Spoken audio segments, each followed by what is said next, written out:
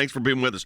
So Turkey agrees to lift its opposition to Sweden and Finland. So Sweden and Finland are going to join NATO, or at least the process is now well underway. What's your thought about where this is and what this means?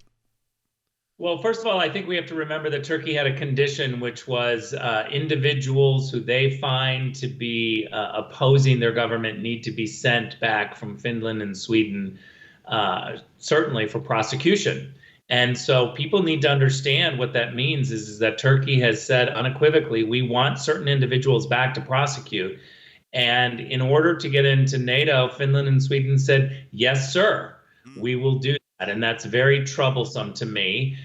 Look, I've been very clear. We don't need to be adding countries to the umbrella, the security umbrella that American taxpayers pay for, because the current members aren't paying their obligations. Why are we allowing members who are not in good standing at NATO to vote for the American taxpayers to pay more and expand the safety net? I just don't think we should be talking about expanding NATO when the current members aren't paying their bills. Rick, I want to go back to the comment you made because I think it's very important about the requirement or the condition of membership being sending individuals back for prosecution.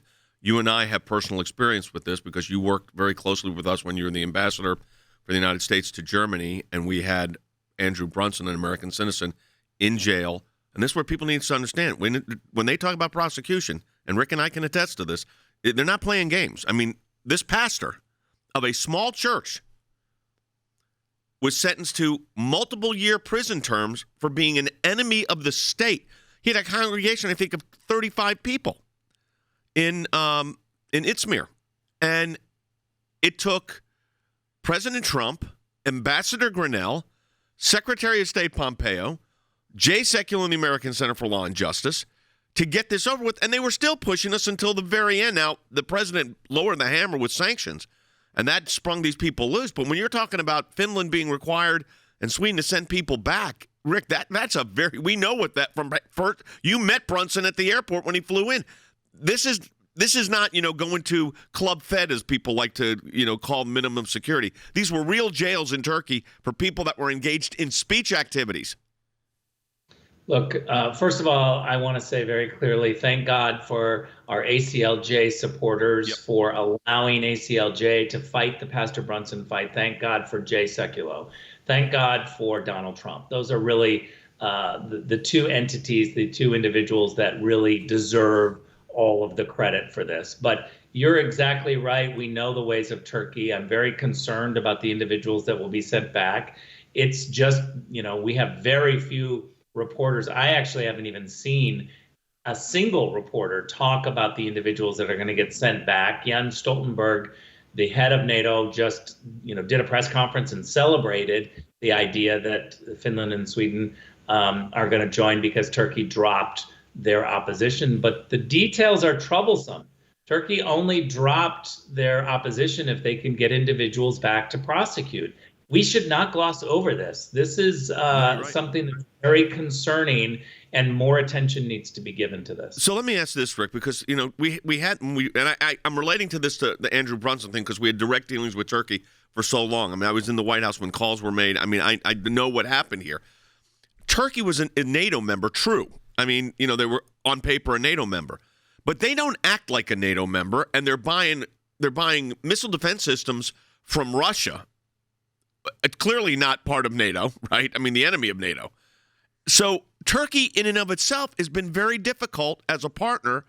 And I wonder, and I don't know, there was talk that Erdogan was losing political grip and power. I don't really buy that. But I wanted to get your sense on that. They've always been a very tepid partner at best. So I think two things can be true. I think Turkey is very troublesome under Erdogan. We're seeing signs of rolling back. Certainly, their relations with Israel are not great. They've been very difficult on a lot of issues. But the second thing I want to be very clear, I'm somebody who believes that Turkey should be a part of NATO. They've been a member of NATO since 1949. It's very important. They usually have been a very good member of NATO. It's important for this part of the world to have Turkey as a member of NATO. It's just under Erdogan, we've seen some concerning rollbacks. And I have to say, though, Donald Trump was very direct and had the situation under control. Joe Biden does not. And so we've seen kind of a clapback from the Turks. I will finish by this, Jay.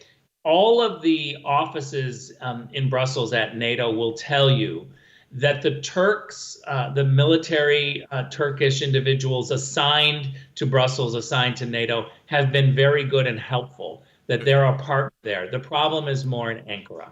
Rick, thanks for being with us, and thanks for your insights and information. You know, folks, I keep saying this. We got Rick Grenell, who's a member of the cabinet, director of national intelligence, former ambassador to Germany. Mike Pompeo, former secretary of state. That's because of your support of the ACLJ. I just want to say thank you to all of them.